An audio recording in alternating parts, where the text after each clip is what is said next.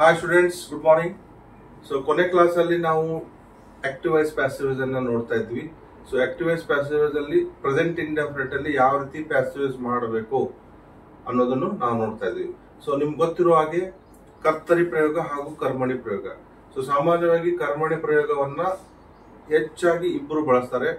One is politicians and another is of course ಏನಪ್ಪಾ ಅಂದ್ರೆ scientist. Okay, so ಇವರಿಬ್ರು ಜಾಸ್ತಿ ಬಳಸ್ತಾರೆ.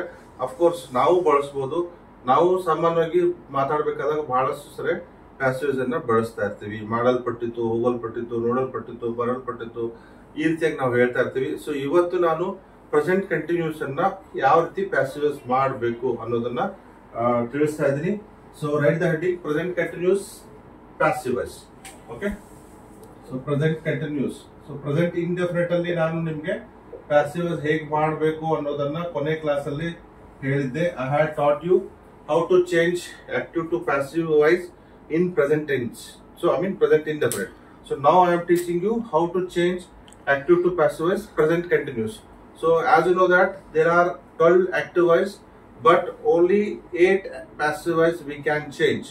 ಅಂದ್ರೆ 12 active voice ಕೇವಲ 8 passive voice ಮಾತ್ರ ಮಾಡಬಹುದು. ಪ್ರೆಸೆಂಟ್ ಇಂಡೆಫಿನಿಟ್ ಮಾಡಬಹುದು, ಪ್ರೆಸೆಂಟ್ ಕಂಟಿನ್ಯೂಸ್ ಮಾಡಬಹುದು, ಪ್ರೆಸೆಂಟ್ ಪರ್ಫೆಕ್ಟ್ ಮಾಡಬಹುದು. ಸೊ ಅದೇ ರೀತಿಯಾಗಿ ಪ್ರೆಸೆಂಟ್ ಪರ್ಫೆಕ್ಟ್ ಕಂಟಿನ್ಯೂಸ್ ಮಾಡಕ್ ಬರಲ್ಲ. ಪಾಸ್ಟ್ ಇಂಡೆಫಿನಿಟ್ ಮಾಡಬಹುದು, ಪಾಸ್ಟ್ ಕಂಟಿನ್ಯೂಸ್ ಮಾಡಬಹುದು, ಪಾಸ್ಟ್ ಪರ್ಫೆಕ್ಟ್ ಮಾಡಬಹುದು, no past perfect continuous, future indefinite ಮಾಡಬಹುದು, ಮತ್ತೆ ಫ್ಯೂಚರ್ ಪರ್ಫೆಕ್ಟ್ ಮಾಡಬಹುದು. ಅಂದ್ರೆ ಫ್ಯೂಚರ್ ಕಂಟಿನ್ಯೂಸ್ ಬರಲ್ಲ, ಫ್ಯೂಚರ್ ಪರ್ಫೆಕ್ಟ್ ಕಂಟಿನ್ಯೂಸ್ ಬರಲ್ಲ. ಸೊ ಇವತ್ತಿನ ಕ್ಲಾಸಲ್ಲಿ ಪ್ರೆಸೆಂಟ್ ಕಂಟಿನ್ಯೂಸ್ ಅನ್ನ ನಾನು ಟೀಚ್ ಮಾಡ್ತಾ ಇದ್ದೀನಿ. So I am writing a book. I am writing a book. ನಾನು ಒಂದು ಪುಸ್ತಕ ಬರೆಯುತ್ತಿದ್ದೇನೆ.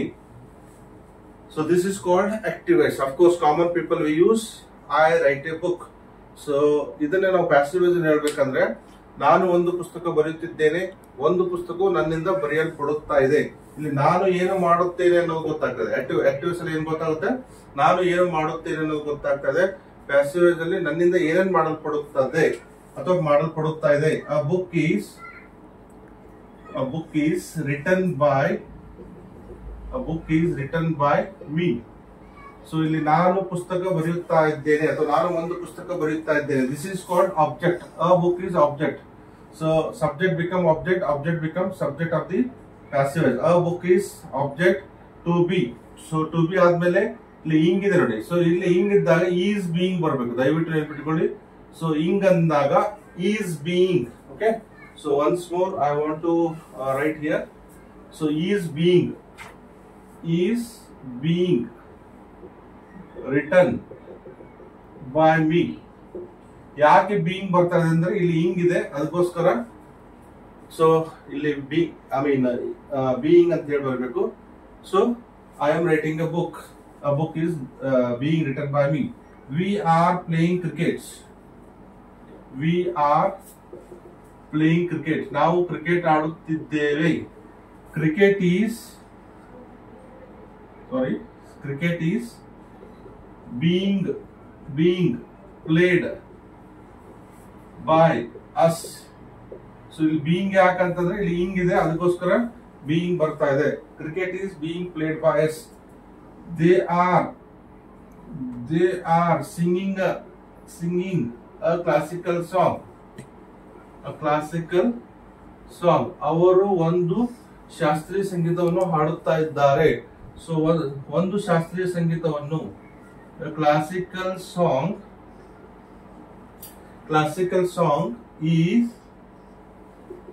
is being